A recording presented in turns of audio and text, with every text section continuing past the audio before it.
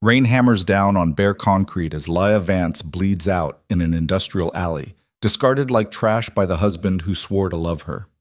Ethan Vance, powerful, untouchable, merciless, left her to die.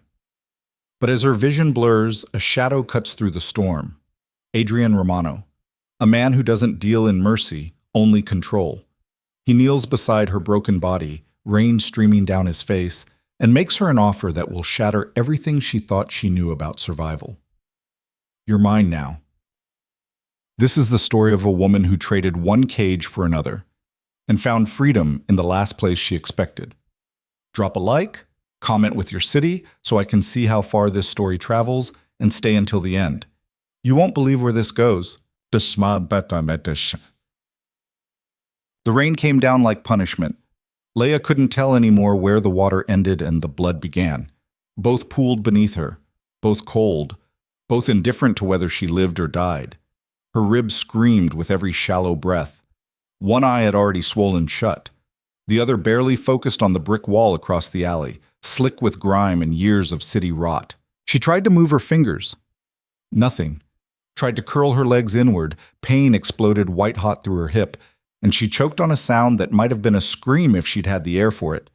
Ethan had done this. Her husband. The man who'd promised her the world 6 years ago in a sunlit chapel with 200 witnesses and a string quartet. The man who'd smiled at her over morning coffee and held her hand at charity galas.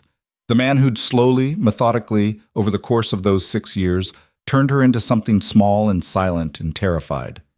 Tonight, he'd finished the job. She remembered the look in his eyes when he'd shoved her into the car. Not rage.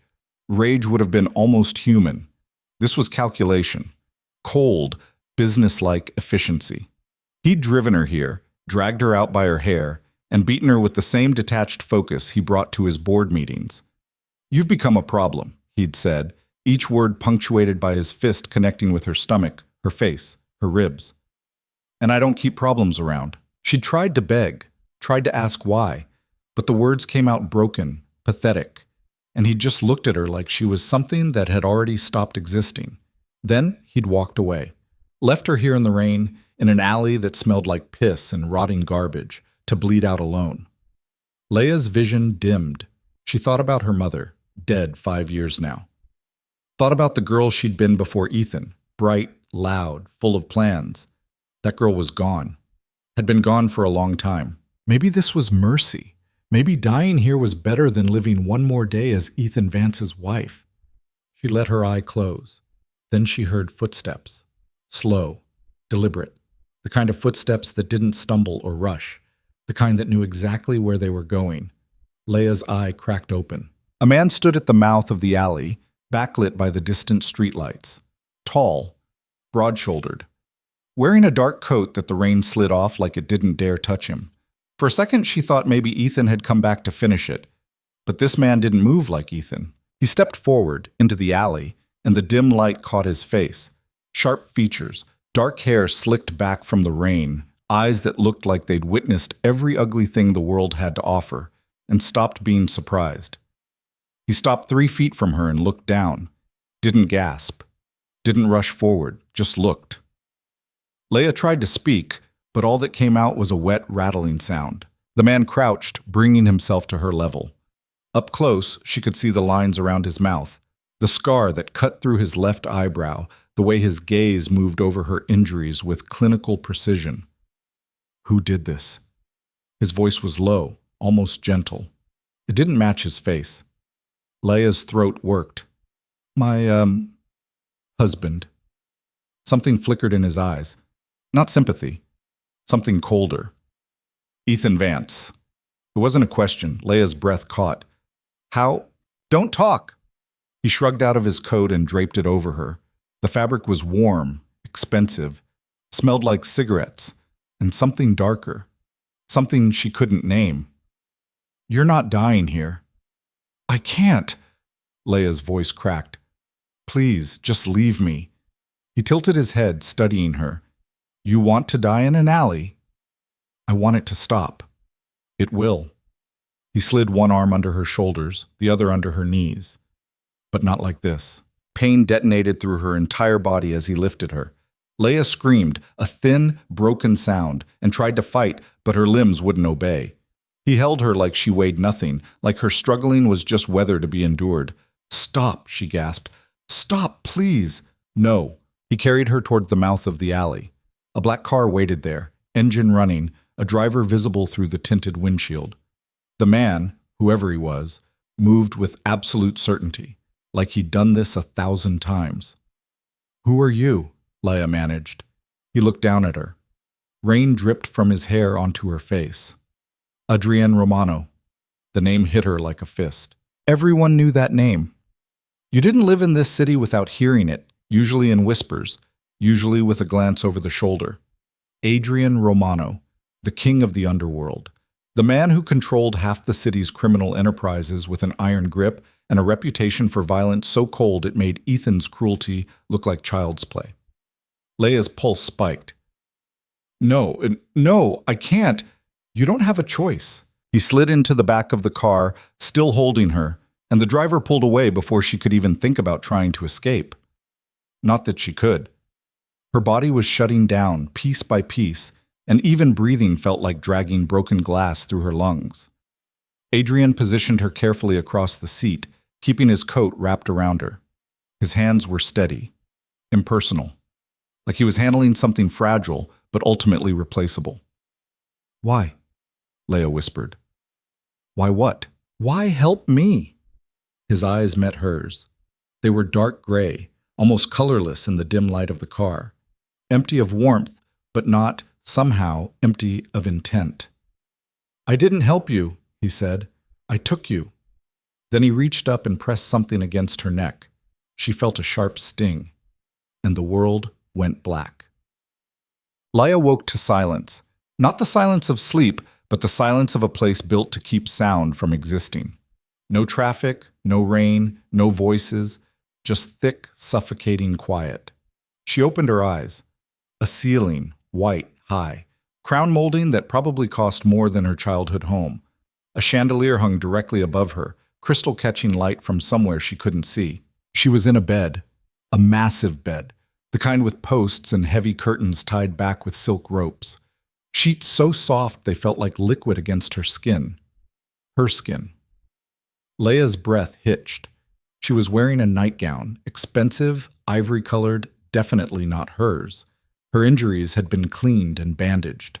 She could feel the tightness of medical tape across her ribs, the dull throb of painkillers in her system. Someone had undressed her, treated her wounds, put her in this bed. Panic clawed up her throat. She tried to sit up and immediately regretted it. Pain lanced through her side, forcing a gasp out of her. She gritted her teeth and tried again, slower this time, until she was upright and braced against the headboard. The room around her was enormous. Hardwood floors, floor-to-ceiling windows draped in heavy curtains, furniture that looked like it belonged in a museum. A door on the far wall, closed. Another door to her right, slightly ajar, revealing what looked like a bathroom done in black marble. Where the hell was she? Leia swung her legs over the side of the bed. Every movement sent fresh pain radiating through her body, but she forced herself to stand. Her legs shook. Her vision swam. She grabbed the bedpost and held on, breathing through her teeth. The door opened. A woman stepped in, middle-aged, gray hair pulled into a tight bun, wearing a simple black dress. She carried a tray with water and what looked like medication. "You shouldn't be standing," the woman said. Her voice was clipped, efficient. "Where am I?" Leia's voice came out hoarse. "Mr. Romano's estate." "I need to leave." "You can barely walk." "I don't care." The woman set the tray down on a side table and crossed her arms. "Mr. Romano said you'd try to run. He also said to tell you that if you attempt it, you'll collapse before you reach the stairs and hurt yourself worse. But if you insist, I won't stop you." Leia's grip on the bedpost tightened. "This is kidnapping. He saved your life." "I didn't ask him to." "No," the woman agreed. "You were too busy dying." The bluntness of it stole Leia's breath. The woman's expression softened, just slightly. "My name is Margaret. I've been instructed to see to your care. That means food, medication, and making sure you don't do anything stupid while you heal. If you cooperate, this will be easier for both of us." "And if I don't?" "Then you'll suffer more than necessary. Your choice. Leia wanted to scream, wanted to throw something, but her body was a wreck, and this woman was right. She could barely stand, let alone run. She lowered herself back onto the bed, hating how weak she felt, hating the helplessness that crawled over her like insects. Margaret picked up the tray and brought it closer. Pain medication, antibiotics, water. You need all three. Leia stared at the pills. How do I know they're safe?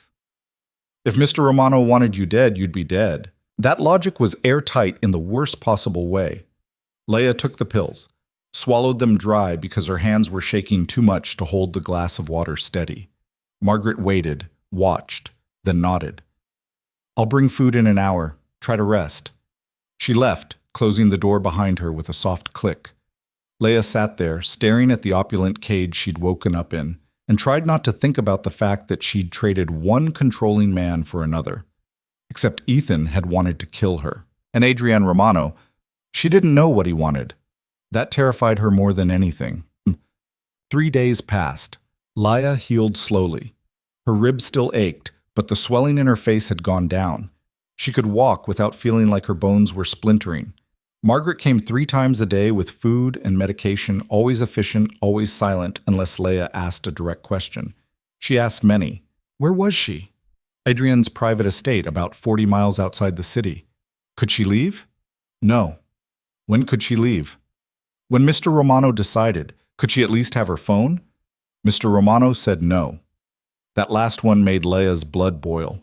She spent the hours alone exploring the room. It was a gilded prison, beautiful, comfortable, utterly inescapable. The windows didn't open, the door locked from the outside. There was a television, shelves of books, even a small desk with expensive stationery, everything she could want, except freedom. On the 4th day, the door opened and Adrian Romano walked in. Leia was sitting by the window, staring out at manicured gardens she couldn't reach. She turned at the sound of his footsteps and felt her spine stiffen automatically. He looked the same as the night he'd found her. Dark suit, perfect posture, eyes like a winter storm. He closed the door behind him and stood there, hands in his pockets, studying her with the same clinical detachment he'd shown in the alley. You're healing well, he said. Leia didn't answer. Margaret says you've been cooperative. What do you want from me? The words came out sharper than she intended.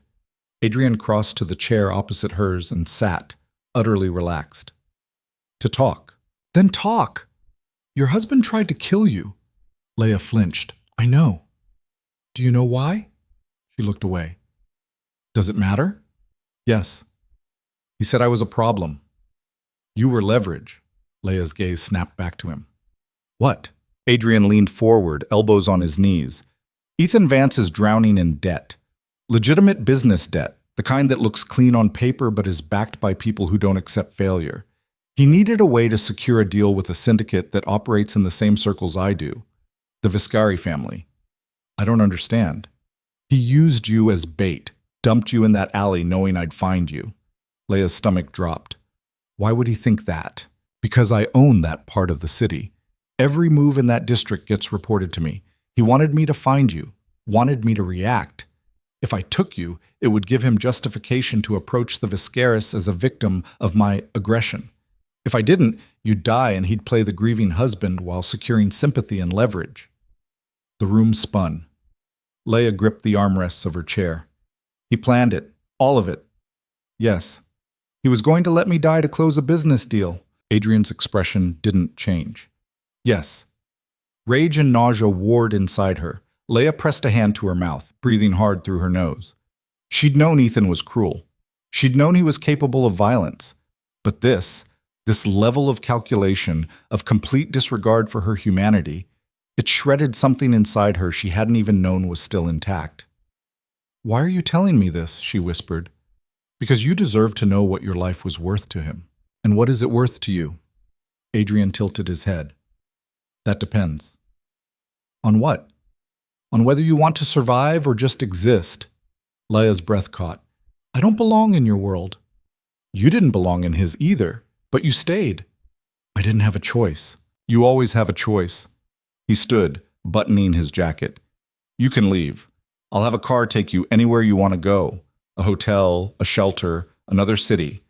I'll give you money, new identification, whatever you need to disappear. Hope flared in her chest. Really? Yes. He moved toward the door, then paused. But if you leave, Ethan will find you. He has resources, connections, and now he has the Viscaris watching his back.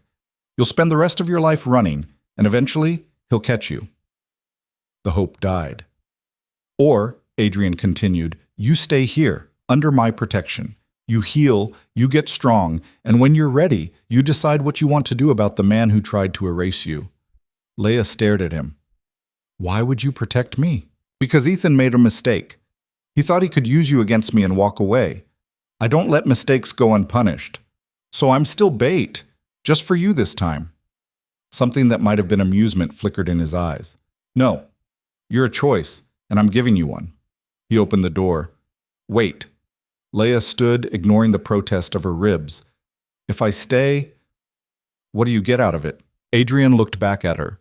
The satisfaction of watching Ethan Vance realize he threw away the only piece that mattered. Then he left. Leia stood there, trembling, staring at the open door. For the first time in 6 years, someone had given her a choice. She had no idea if she could trust it. But she knew with bone-deep certainty that she couldn't go back to being the woman who'd bled out in that alley. Whoever that woman became next, it would be on her terms, even if those terms were written in a devil's contract. The days blurred together. Leia chose to stay. Not because she trusted Adrian, she didn't, but because the alternative was worse. Running meant living in fear. Staying meant she had time to think, to plan, to figure out what the hell she was going to do with a life she'd been certain was over. Margaret became a constant presence. She brought meals, changed bandages, and slowly began to talk. Small things at first. The weather, the gardens. Then, carefully, pieces of her own story. She'd worked for Adrian for 12 years. Before that, she'd been married to a man who beat her until she couldn't recognize herself in the mirror. Mr. Romano gave me a way out, Margaret said one evening, her hand steady as she wrapped fresh gauze around Leia's ribs. He doesn't do it often, but when he does, it's absolute. No one touches what's his. Leia looked at her. I'm not his. Margaret's smile was small, sad. Not yet. The comment unsettled Leia for days. She saw Adrian infrequently. He'd appear without warning, sometimes in the morning, sometimes late at night. He never stayed long. He'd ask how she was healing, if she needed anything, and then he'd leave. His presence was like a storm passing overhead, brief, inevitable, impossible to ignore. On the 10th day, he brought someone with him. Leia was reading in the chair by the window when the door opened. Adrian entered, followed by a man in his 50s, carrying a medical bag. The man had kind eyes and graying hair, and he introduced himself as Dr. Castellano. I want a full examination, Adrian said. Make sure nothing was missed. The doctor nodded and set his bag down. Leia bristled. I'm fine. You were beaten within an inch of your life, Adrian said flatly. You're not fine. Let him check. She wanted to argue, but the truth was she didn't know if she was fine. The pain had become such a constant companion that she'd stopped questioning it. Dr. Castellano was gentle, thorough. He checked her ribs, her vision, her reflexes. He asked questions about dizziness, nausea, sleep. When he was done, he made notes in a small leather journal. 3 fractured ribs, all healing well, he said. Bruising consistent with blunt force trauma, also healing. No internal bleeding that I can detect. Your vision is clear, no signs of concussion. You're lucky, Mrs. Vance. Leia flinched at the name. Don't call me that, she said quietly. The doctor looked confused. Adrian cut in, his voice sharp. She's not using that name anymore. Dr. Castellano nodded quickly. Of course. My apologies. After he left, Leia turned to Adrian. I'm still legally married. Not for long. You can't just... I can. He adjusted his cufflinks, not looking at her. Ethan signed a deal with the Viscaris 3 days ago. He used the narrative that I kidnapped you to frame himself as the wronged party.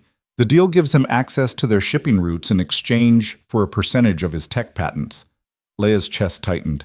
He's moving on. He already has. There's a woman, younger, an assistant from his company. The betrayal shouldn't have stung, but it did. I want to see him, Leia said suddenly.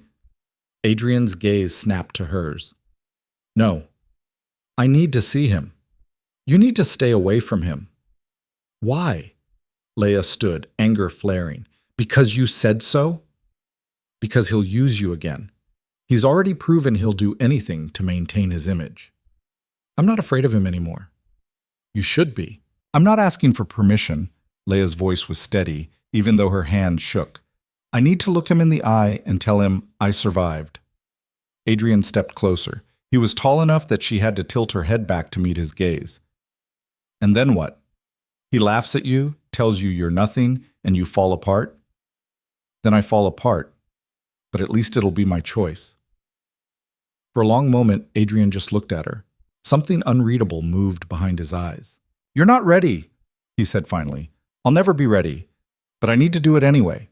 Adrian's jaw tightened. Then, unexpectedly, he pulled out his phone, tapped the screen a few times, held it up. It was a photo of Ethan smiling at a charity gala. His arm was around a young woman in a glittering dress. She looked radiant, happy. Leia stared at the image, her chest hollow. He doesn't care that you're alive, Adrian said quietly. He's already moved on. If you confront him, you give him power over you again. I don't care. I do. The words hung in the air between them. Leia's breath hitched. Why? Adrian lowered the phone. Because I didn't pull you out of that alley just to watch you walk back into his hands. Then what do you want from me? I want you to want more than revenge. Like what? He stepped back, putting distance between them. When he spoke again, his voice was controlled, distant. That's something you'll have to figure out yourself. He left. Leia stood there, staring at the closed door, her heart pounding. For the first time since waking up here, she realized something that terrified her more than Ethan, more than Adrian, more than anything. She didn't know who she was without fear. And whoever she was becoming, it wasn't the woman who'd bled out in that alley. It was someone else entirely. Someone she wasn't sure she recognized yet. But someone who, for the first time in 6 years, wanted to fight. Leia started training the next morning, not because anyone asked her to, because she woke up at dawn with restless energy crawling under her skin and the realization that lying in bed staring at the ceiling was driving her insane. She needed to move, needed to do something with the anger that had been building in her chest since Adrian had shown her that photo of Ethan with his new prize. She found the gym by accident, wandered down a hallway she hadn't explored yet, and pushed through a set of double doors into a space that could have hosted a professional boxing match. Punching bags hung from reinforced ceiling mounts. Free weights lined one wall. Mats covered half the floor. Floor-to-ceiling mirrors reflected everything back at her, including the woman she barely recognized. Thin, bruised, eyes that looked like they'd seen too much. She walked to the nearest punching bag and touched it. The leather was worn smooth from use. You'll hurt yourself. Leia spun. A man stood in the doorway, early 30s, built like he'd been assembled from spare parts and violence. Dark skin, shaved head, a scar that ran from his temple to his jaw. He wore a tank top and gym pants, arms crossed over his chest. Who are you? Leia asked. Leia. Marcus. He pushed off the doorframe and walked closer. I run security here. Also train Mr. Romano when he needs it. I'm just looking around. Sure. Marcus stopped a few feet away, eyes assessing. But if you hit that bag with your ribs still healing, you're going to undo 3 weeks of recovery in about 5 seconds. Leia's jaw tightened. I need to do something. Then stretch, walk, don't punch things. I wasn't asking for permission. Something that might have been amusement flickered across Marcus's face. You got fight in you. Good. But you got to be smart about it.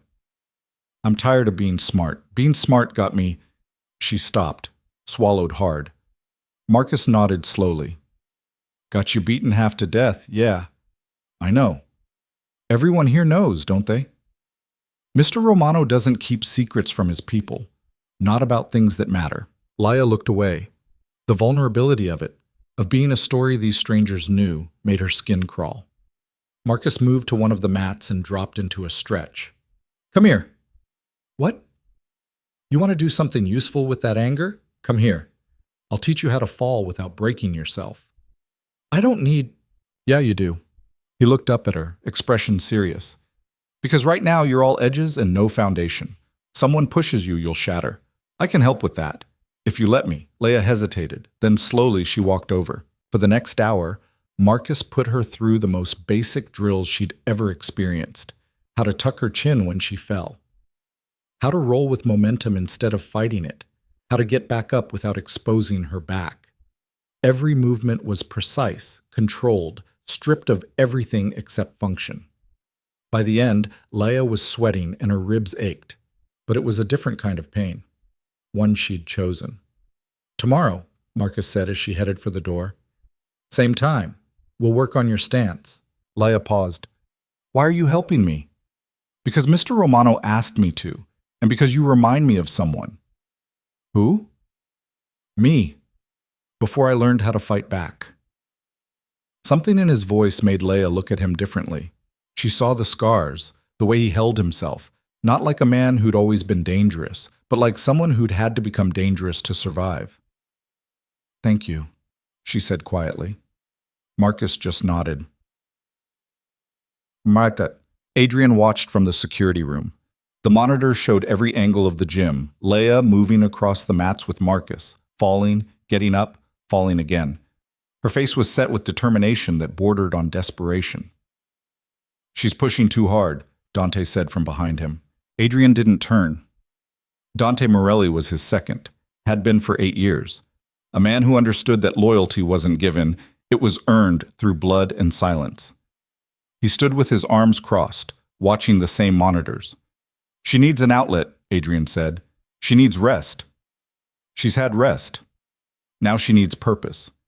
Dante made a sound that might have been agreement or skepticism, hard to tell with him. The Viscaris are asking questions. Adrian's jaw tightened. About her?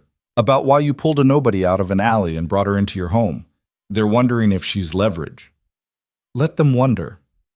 They're also wondering why you haven't responded to Ethan Vance's accusations. He's been making noise, says you abducted his wife, that he wants her back safely. He doesn't want her. He wants an excuse to justify whatever move he's planning next. So give him one.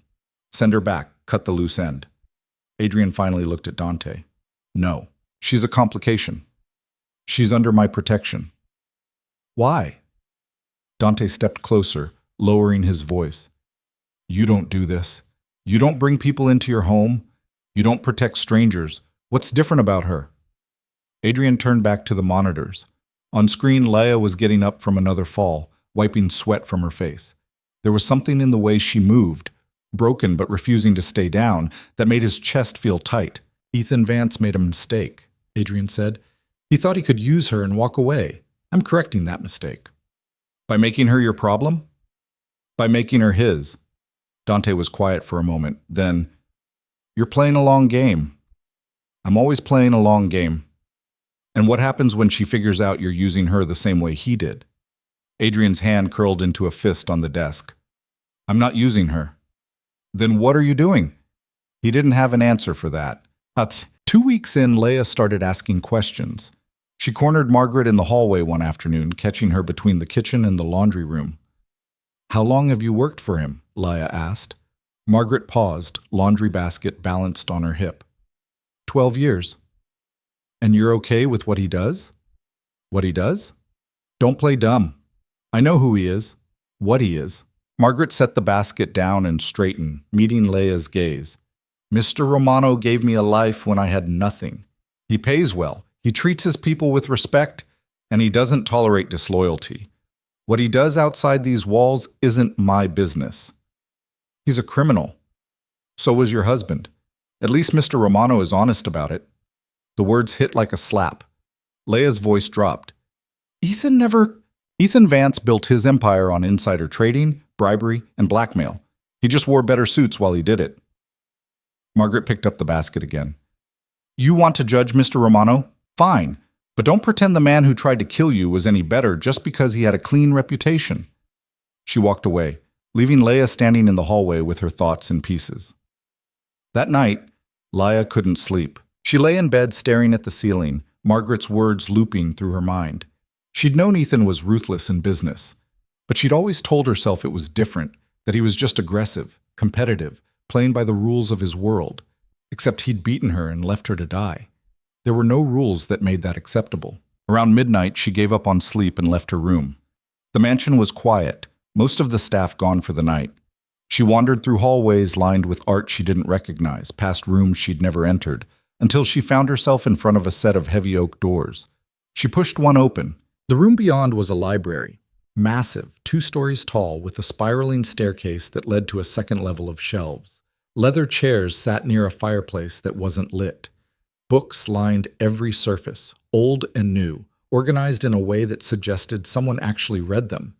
Leia stepped inside, trailing her fingers along the spines. Can't sleep? She spun. Adrian sat in one of the chairs near the fireplace, half hidden in shadow.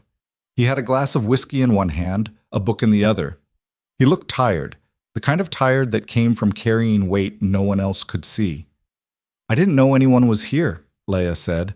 "I come here when I need to think." He closed the book and set it aside. "You're welcome to stay." Leia hesitated, then moved closer. She sat in the chair opposite his, keeping distance between them. For a while, neither of them spoke. Then Leia said, "Margaret told me about Ethan, about what he really did. And I feel stupid for not seeing it." "You saw what he let you see. That's what men like him do. They control the narrative." "Is that what you do?" Adrian's lips curved slightly, not quite a smile. "Yes." "Then how do I know you're not doing the same thing to me?" "You don't." The honesty of it caught her off guard. Adrian leaned forward, resting his elbows on his knees. "I'm not going to lie to you, Leia. I brought you here because Ethan made a move against me by using you. Keeping you here keeps him off balance. That's strategy. But it's also true that I didn't leave you in that alley because I don't let people die on my streets. So I'm both a strategy and a charity case. You're a person who deserves better than what you got." Leia's throat tightened. "You don't even know me." "I know enough." "Like what?" "Like you're still fighting even though you have every reason to quit. Like you'd rather train in a gym with broken ribs than sit still and feel sorry for yourself. Like you're terrified of being controlled, but you're even more terrified of being alone." Leia's breath caught. "Stop." "Why? Because I'm right?" "Because you don't get to psychoanalyze me like I'm some project." Adrian sat back, studying her. "You're not a project. You're a complication I didn't plan for and don't know what to do with." "Then let me leave." "No." "Why not?" "Because the second you walk out that door, Ethan will come for you, and next time, I won't be there to stop it." "Maybe I don't need you to stop it." "You think you can fight him alone?" "I don't know, but I can't stay here forever." "Why not?" The question hung in the air. Leia stood abruptly. "Because I'm not yours. I'm not anyone's. And I'm tired of being treated like property." She turned to leave. "Leia." She stopped but didn't look back. "I'm not trying to own you," Adrian said quietly. "I'm trying to keep you alive. Maybe those are the same thing in your world." She left before he could respond. Kochit. The confrontation came 3 days later. Leia was in the gym, working through a series of defensive drills with Marcus, when one of Adrian's men appeared in the doorway. Young guy, nervous energy. He looked at Marcus. "Boss wants to see her. Now." Marcus frowned. "In the middle of now." Leia's stomach dropped.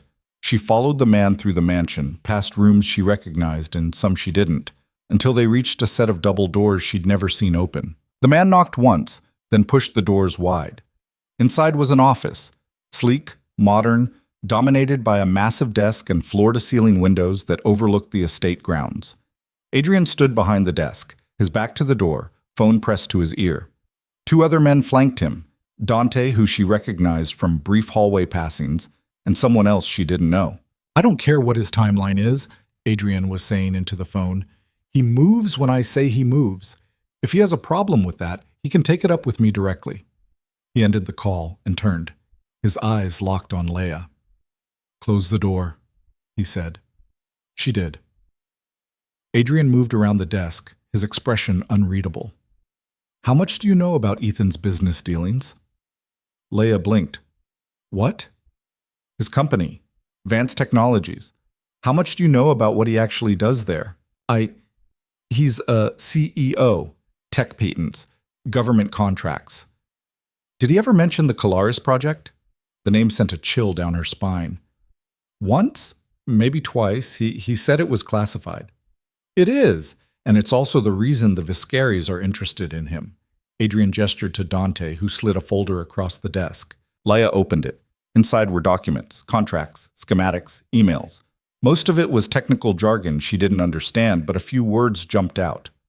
Surveillance, military applications, offshore accounts. Ethan's been selling restricted technology to private buyers, Adrian said, using his government contracts as a front. The Viscaras broker the deals. They take a cut, he gets rich, everyone pretends it's legal. Leia's hands shook as she turned the pages. How do you know this? Because 3 months ago, one of his buyers approached me to handle transport. I turned it down. Then you showed up in that alley and I started digging. Why? Because men like Ethan don't try to kill their wives unless they're desperate. I wanted to know what he was desperate about. Leia looked up. And this is it?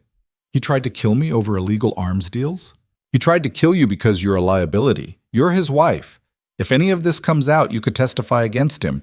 Easier to make you disappear. The room spun. Leia sat down hard in the nearest chair, the folder slipping from her hands. All those years, all those dinners and charity events and smiling for cameras.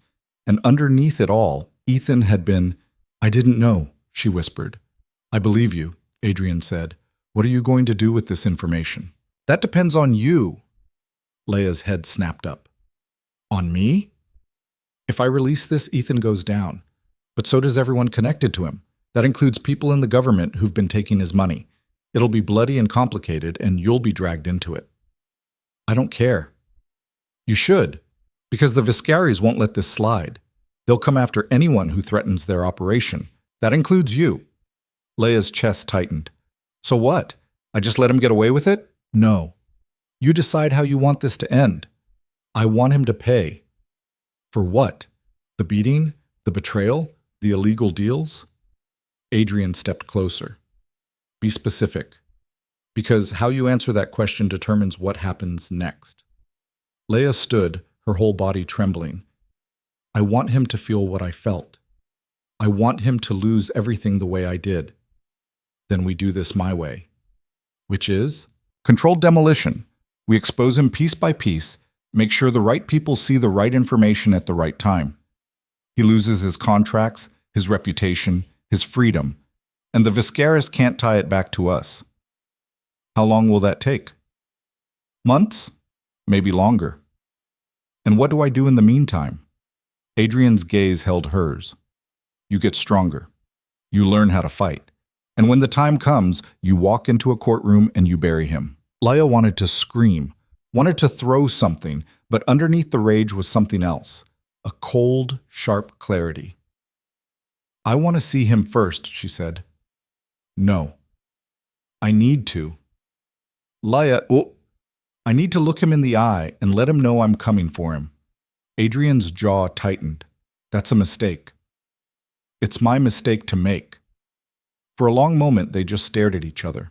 Then Dante spoke up. She's got a point, boss. If Ethan thinks she's gone quiet, he'll get comfortable. But if she shows up, makes noise, it'll force his hand. It'll also paint a target on her back, Adrian snapped. The target's already there, Leia said. At least this way, I'm the one holding the gun. Adrian looked at her like he was seeing someone else entirely. Then he pulled out his phone and made a call. Set up a meeting, he said. Ethan Vance, neutral location, tomorrow. He ended the call and looked at Leia. You want to face him? Fine, but you do it on my terms, and you don't go alone. Untouchable. The next evening, Leia sat in the back of Adrian's car, dressed in clothes she barely recognized as her own. Margaret had brought them, a sleek black dress, heels, hair and makeup done in a way that made her look polished and dangerous. She looked like the woman Ethan had married, except her eyes were different now.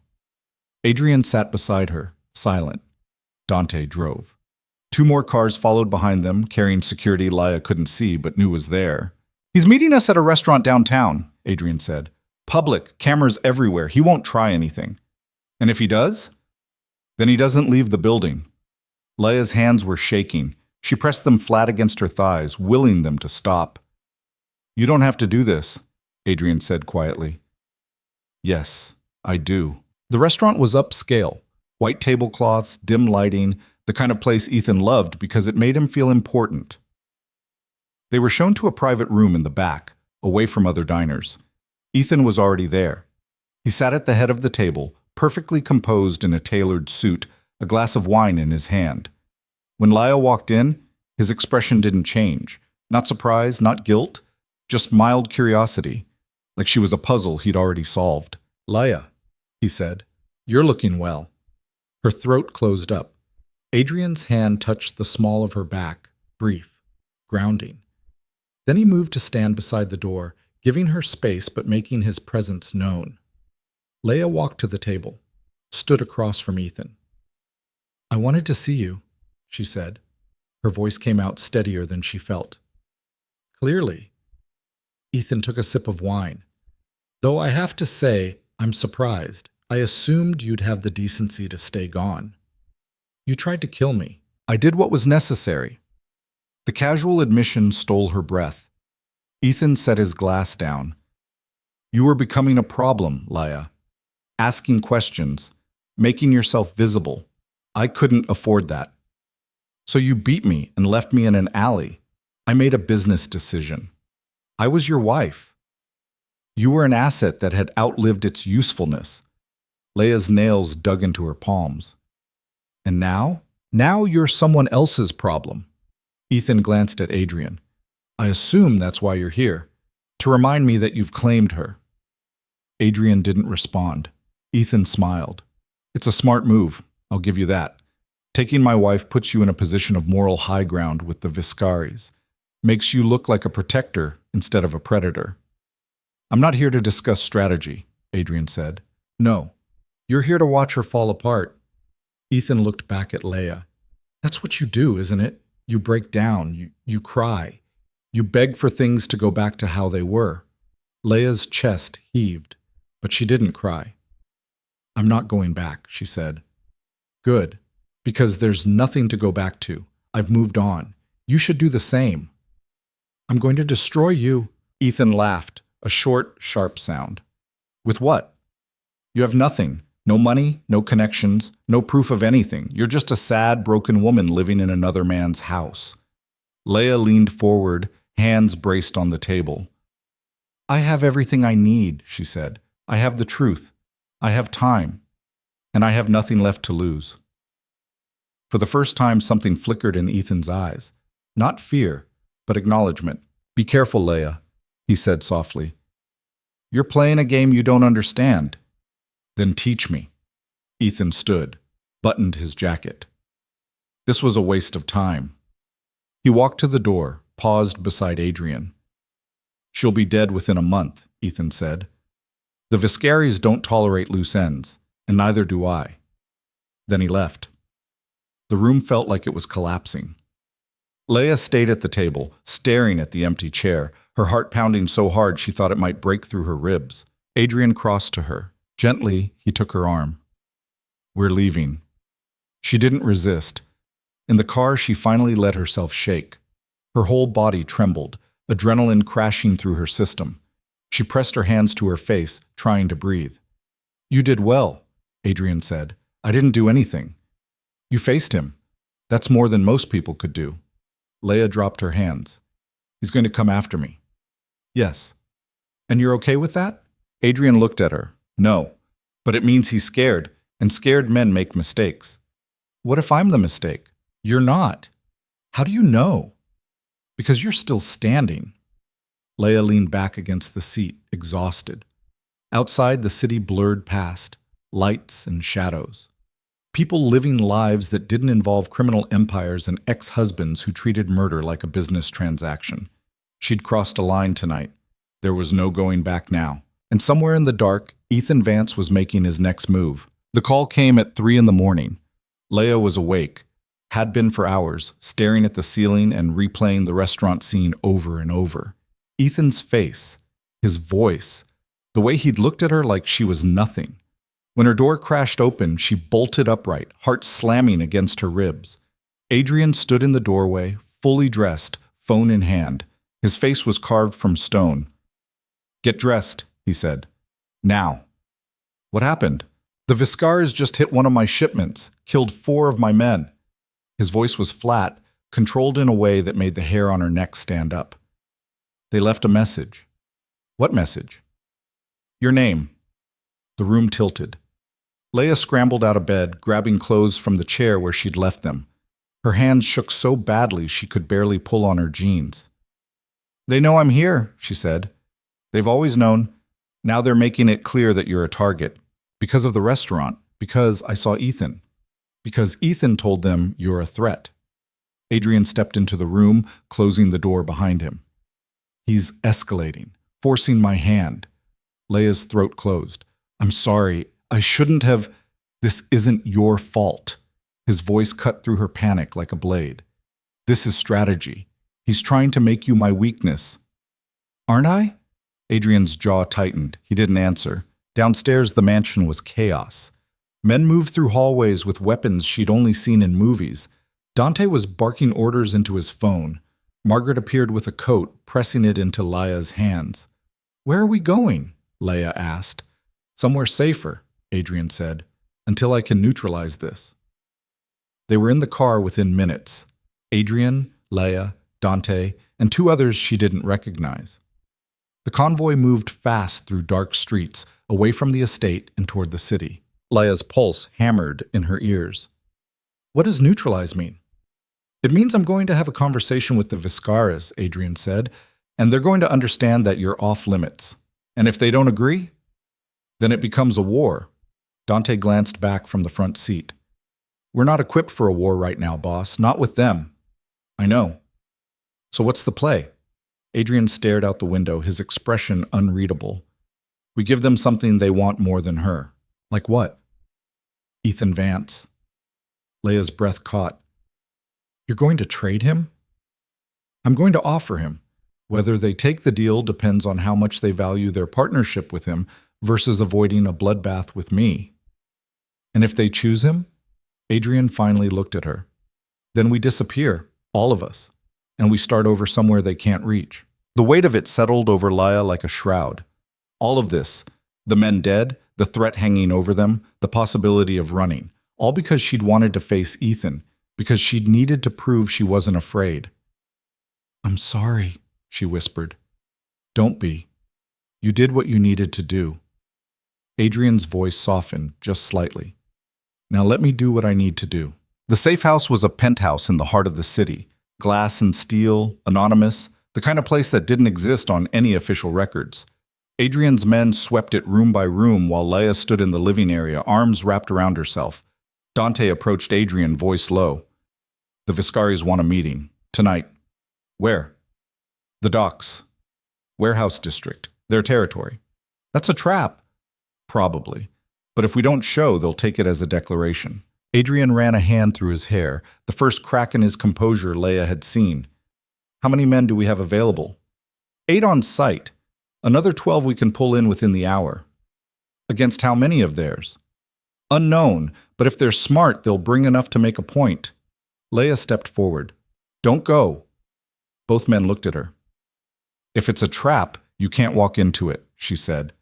Send someone else. Send a message. Something. If I don't go personally, it's an insult, Adrian said. And insults lead to body counts. So does walking into an ambush. I don't have a choice. Yes, you do. You can let me go. The room went silent. Adrian's eyes narrowed. What? Let me go to them. Tell them I'm turning myself in. That I'm not worth a war. Absolutely not. It's the only way to... I said no. His voice was sharp enough to cut. You think they'll just take you and call it even? They'll use you to get to me, then kill you when you're no longer useful. Then what's your plan? Because right now it sounds like you're going to get yourself killed trying to protect me. Adrian crossed to her in 3 strides, close enough that she had to tilt her head back to meet his eyes. I'm not letting you sacrifice yourself. Not for me. Not for anyone. Why not? You barely know me. Because you deserve better than being another casualty in someone else's war. Leia's chest heaved. And what do you deserve? That's not the question. Yes, it is. You keep acting like my life matters more than yours, But you won't tell me why. For a moment, Adrian just stared at her. Then he stepped back, putting distance between them. Because you still have a chance, he said quietly, to be someone other than what this world made you. I don't. Before Leia could respond, his phone rang. He answered it, listened, and his face went ashen. When? He demanded. A pause. Are you sure? He ended the call. Dante stepped forward. What is it? Ethan's dead. The words hung in the air like smoke. Leia's knees buckled. She grabbed the back of a chair to stay upright. What? He was found an hour ago in his penthouse. Single gunshot to the head, staged to look like suicide. The Viscaris, Dante said. Has to be. They're cleaning house. Adrian's mind was already working. She could see it. If Ethan's dead, they don't need the deal anymore, which means they're coming after us directly. Why would they kill him? Leia's voice sounded distant, like it belonged to someone else. He was their partner, because dead men can't testify. And with Ethan gone, all the evidence of their operation dies with him. Adrian turned to Dante. Pull everyone back. We're not going to that meeting. If we don't show ye... They're not planning to negotiate. They're planning to end this. Leia sank into the chair. Ethan was dead. The man who'd tried to kill her, who'd beaten her and left her bleeding, who'd looked at her across a restaurant table and told her she was nothing, he was gone. She should have felt something. Relief, vindication, closure. Instead, she felt hollow. Leia. She looked up. Adrian was watching her. Are you okay? I don't know. Her voice cracked. I wanted him to pay, but not like this. I wanted him to face what he did. I wanted justice. Yes. Justice doesn't always look the way we want it to. This isn't justice. This is just more violence.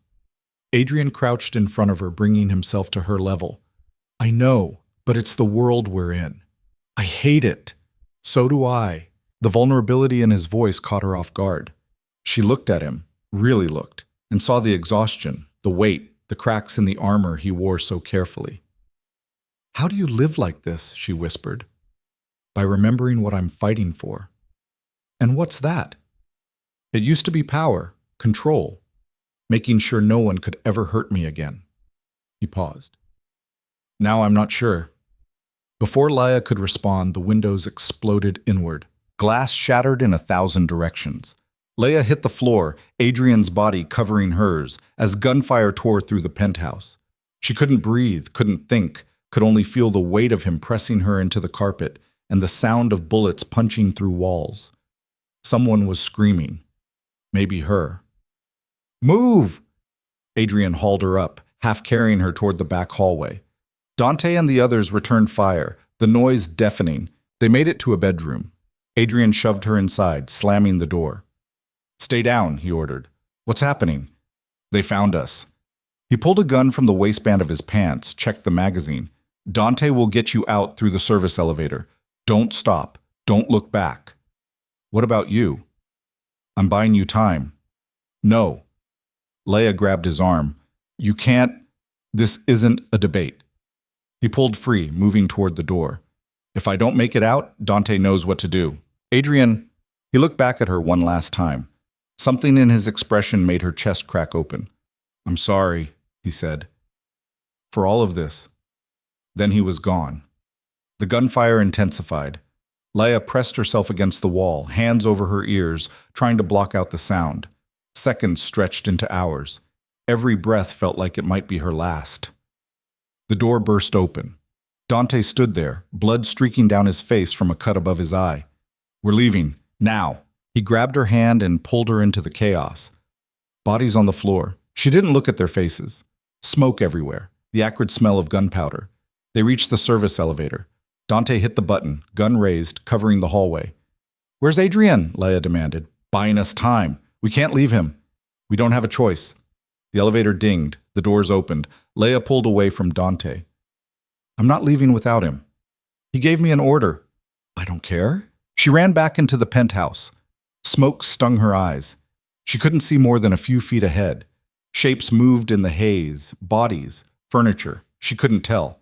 Gunfire came in short bursts now, sporadic. Adrian! She screamed. No answer. She rounded a corner and nearly tripped over him. He was on the floor, back against the wall, blood soaking through his shirt just below his ribs. His gun lay beside him, empty. His face was pale, slick with sweat. Laya dropped to her knees. "Oh God!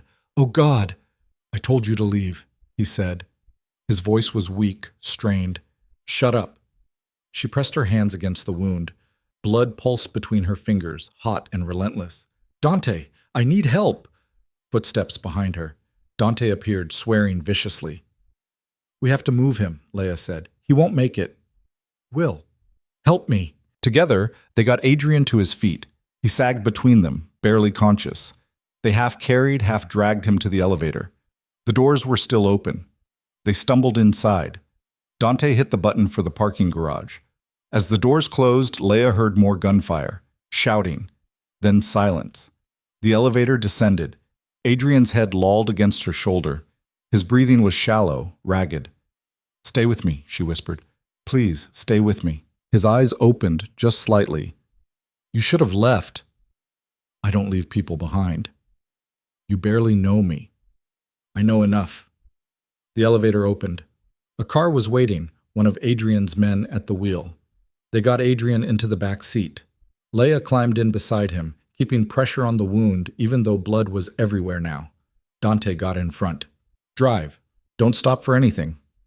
The car peeled out of the garage. Leia looked down at Adrian. His eyes were closed. His chest rose and fell in uneven jerks. "Where are we going?" she asked. "Safe house outside the city. We have a doctor there." "Will he make it?" Dante didn't answer. Leia pressed harder on the wound, as if she could hold Adrian's life in place through sheer force of will. Her hands were slick with his blood. Her heart was a drum beating out a rhythm that sounded like please, please, please. "Don't you dare die," she told him.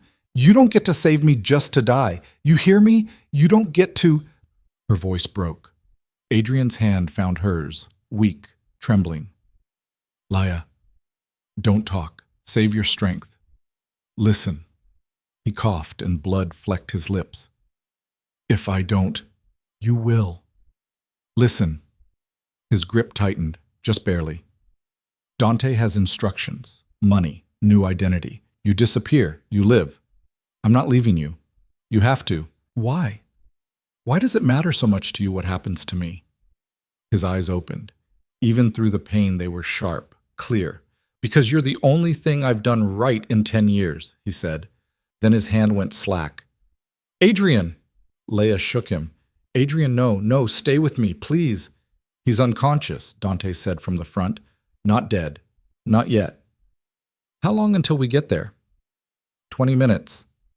20 minutes felt like an eternity. Leia kept pressure on the wound, kept whispering things she wasn't sure he could hear, kept praying to anything that might be listening that this man, this violent, complicated, impossible man, wouldn't die in her arms. Because somewhere in the chaos of the last few weeks, he'd stopped being just her captor or her protector. He'd become the only person who saw her as more than a victim, and she wasn't ready to lose that. The safe house was a cabin buried in the woods, miles from anywhere. The doctor was already there, a woman in her 60s with steady hands and eyes that had seen too much. They carried Adrian inside. Leia tried to follow, but the doctor stopped her. "You'll just be in the way. You need to let me work." The door closed in her face. Leia stood in the hallway, shaking. Her hands were covered in blood. Her clothes were soaked with it. She couldn't stop seeing Adrian's face, pale and slack, his breath rattling in his chest. Dante appeared beside her, holding out a towel. "Clean yourself up," he said quietly. Leia took it, scrubbed at her hands mechanically, watching the blood turn the white towel red. "This is my fault," she said. "No, it's not." "If I hadn't gone to see Ethan, then the Viscaris would have found another excuse. This has been building for months. He's going to die because of me." Dante grabbed her shoulders, forcing her to look at him. "He's going to live because he's too stubborn to die. And when he wakes up, he's going to need you to be stronger than this. I don't know how. You figure it out. That's what survivors do." He let her go and walked away. Leia sank to the floor, back against the wall, towel clutched in her hands. Hours passed. The sun came up. The doctor worked behind the closed door, and Leia waited, every minute feeling like her soul was being stretched thinner and thinner. Finally, the door opened. The doctor stepped out, wiping her hands on a cloth. Blood stained her scrubs. "He's stable," she said. "For now." Leia's legs almost gave out. "Can I see him?" "He's unconscious. Will be for a while, but yes." The room was small, dim. Adrian lay on a narrow bed, bare-chested, bandages wrapped tight around his torso. An IV ran into his arm. His face was too pale, his breathing too shallow. But he was alive. Leia pulled a chair close and sat, took his hand carefully, afraid of hurting him. "You're an idiot," she whispered. "You know that? Walking into a firefight like you're bulletproof." "You're not. You're just—" Her voice broke. She pressed her forehead to his hand, tears streaming down her face. "You're just a man, and I need you to wake up. I need you to—" She couldn't finish. Outside, Dante was on the phone, coordinating with what was left of Adrian's people. The Viscaras had made their move. Ethan was dead. The city was about to erupt into a war that would consume everyone in its path. And Leia, sitting in a cabin in the middle of nowhere with a man who might not wake up, realized something that terrified her more than any of it. She'd spent 6 years as Ethan's wife, and she'd never once felt for him what she felt for Adrian Romano. Not love. Not yet. Maybe not ever. But something raw and fierce and utterly unbreakable. The kind of thing that made you run back into a burning building. The kind of thing that made you hold a stranger's hand and beg the universe not to take him. The kind of thing that changed you so completely you could never go back to who you were before. Adrian's fingers twitched in her grip. Leia's breath caught. "Adrian?" His eyes opened, just barely, unfocused, searching. "You're okay," she said quickly. "You're going to be okay." His lips moved. She leaned closer. "Told you to leave," he whispered. "And I told you I don't leave people behind." The ghost of a smile touched his mouth. Then his eyes closed again, and he slipped back under. But he was alive. And for now, that was enough. Dante appeared in the doorway. His expression was grim. "We have a problem," he said. Leia looked up. "What now?" "The Viscaris put a price on both your heads. 2 million each. Every crew in the city knows your targets. So what do we do?" "We have 2 choices. We run, leave the country, start over somewhere they can't reach, or what?" Dante's jaw tightened. "Or we end this, permanently." Leia looked down at Adrian, at the man who'd pulled her out of an alley and given her a reason to keep fighting. "How?" she asked. "We go to war. We hit the Viscaras before they hit us again. We take out their leadership, destroy their operations, make it so costly to come after us that they'd rather negotiate." "That's suicide." "Maybe, but it's the only way you both survive." Leia's hands curled into fists. She thought about Ethan, dead in his penthouse, about the men who died in the firefight, about Adrian, bleeding out in her arms, about the girl she'd been 6 years ago, before Ethan Vance had taught her that survival meant becoming small. She wasn't that girl anymore. "Tell me what you need me to do," she said. Dante's eyes widened, just slightly. "You're not trained for this." "Then train me." "Leia, I'm not sitting here waiting to die. If we're going to war, I'm going with you."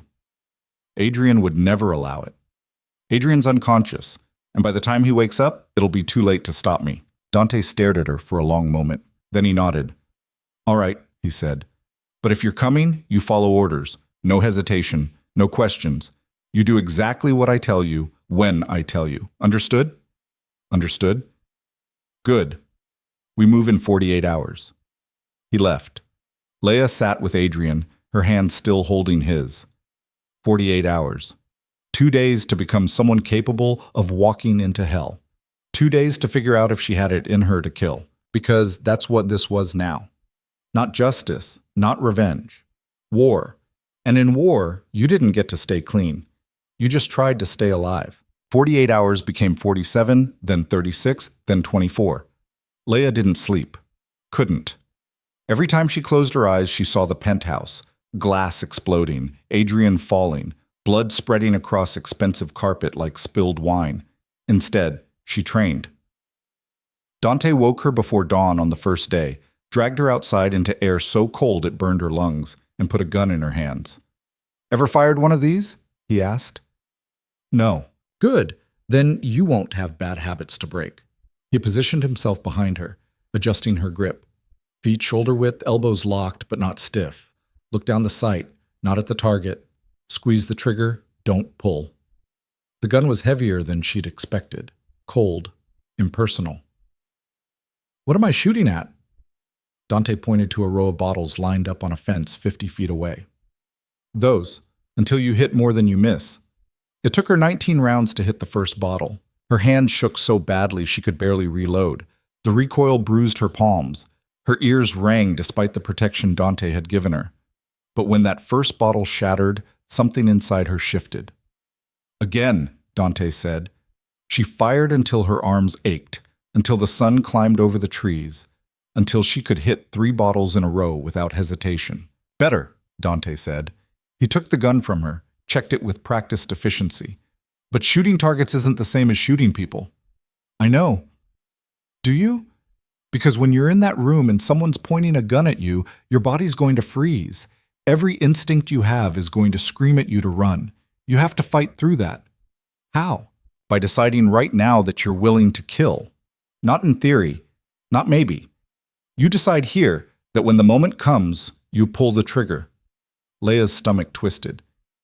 "And if I can't? Then you stay here. You don't get to come halfway." She looked at the shattered glass glittering in the morning light. Thought about Ethan, dead in his penthouse. About the men who'd died protecting her. About Adrian, still unconscious in the cabin, his chest rising and falling in shallow, fragile breaths. "I can do it," she said. "Saying it isn't enough." "I know." She met his gaze. "But I mean it." Dante studied her for a long moment. Then he nodded and handed the gun back. "Load it. We're going again." By the second day, Leia could field strip the pistol in under a minute, load a magazine without looking, and hit a target at 75 feet more often than she missed. Her body ached everywhere. Bruises from the recoil, blisters on her palms, muscles screaming from holding positions Dante had drilled into her until they became automatic. But she was faster now, steadier. Dante didn't praise her. He just pushed harder. Didn't. "Shooting's only half of it," he said that afternoon. They were in the cabin's basement, a concrete space that smelled like mildew and gun oil.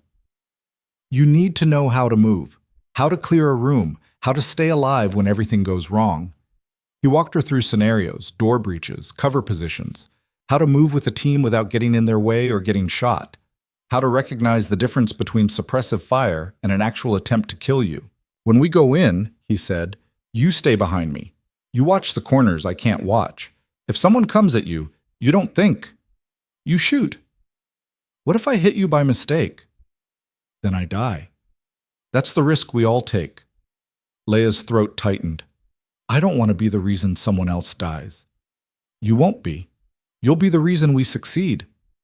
Dante's expression softened, just slightly. "Adrian took a bullet because he was protecting you. If we do this right, no one else has to.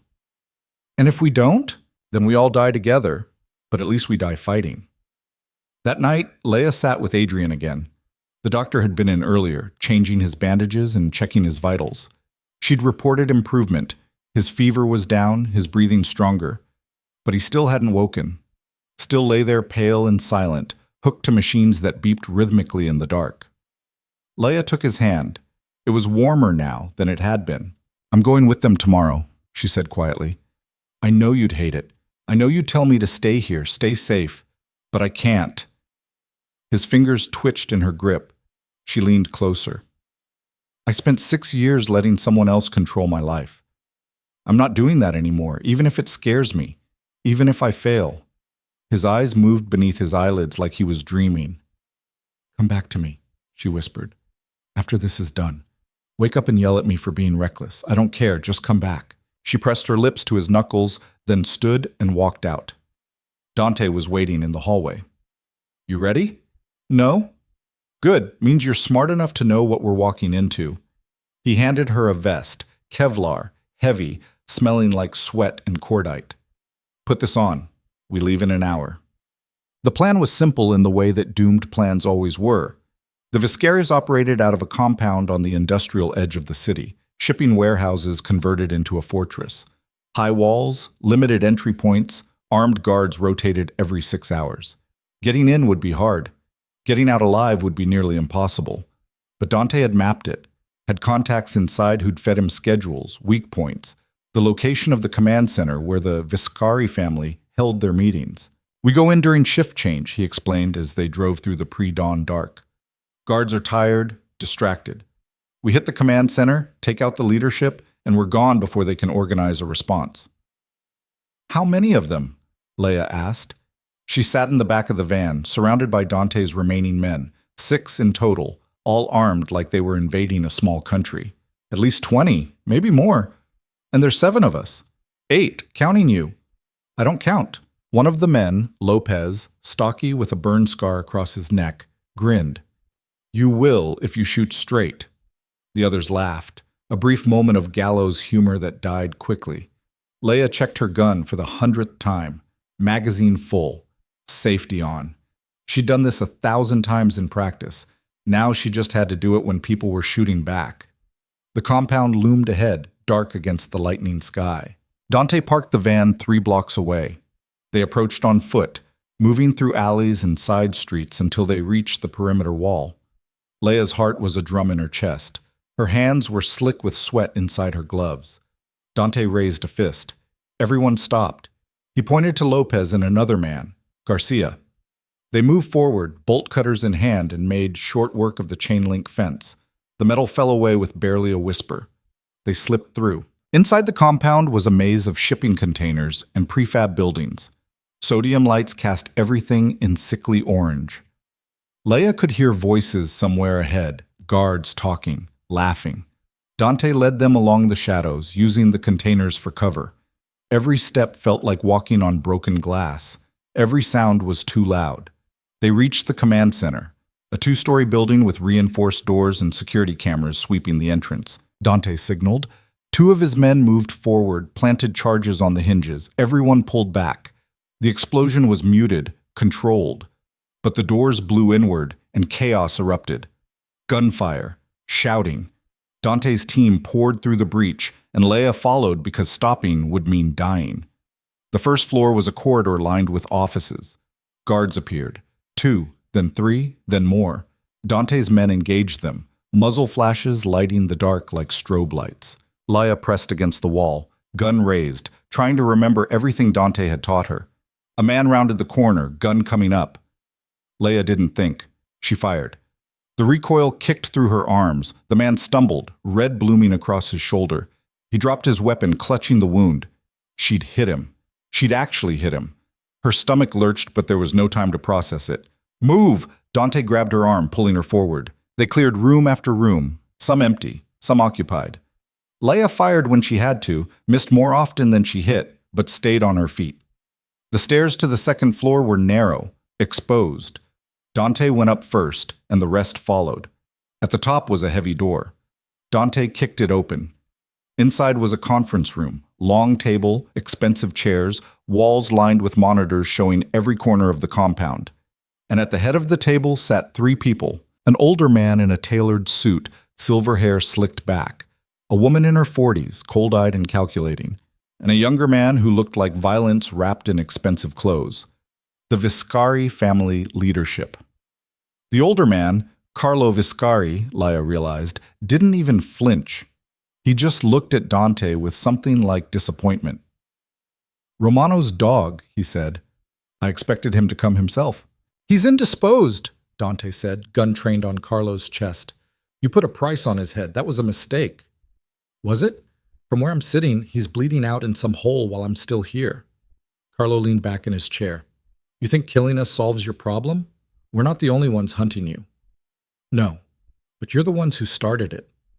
We finished what your boss began when he interfered in our business. By protecting a woman from her husband, by taking something that didn't belong to him." Carlo's gaze shifted to Leia. "Hello, Mrs. Vance." Leia's grip on her gun tightened. "I'm not using that name anymore." "No? What are you using instead? Romano's whore?" Dante's gun didn't waver. Shut your mouth. It's the truth, isn't it?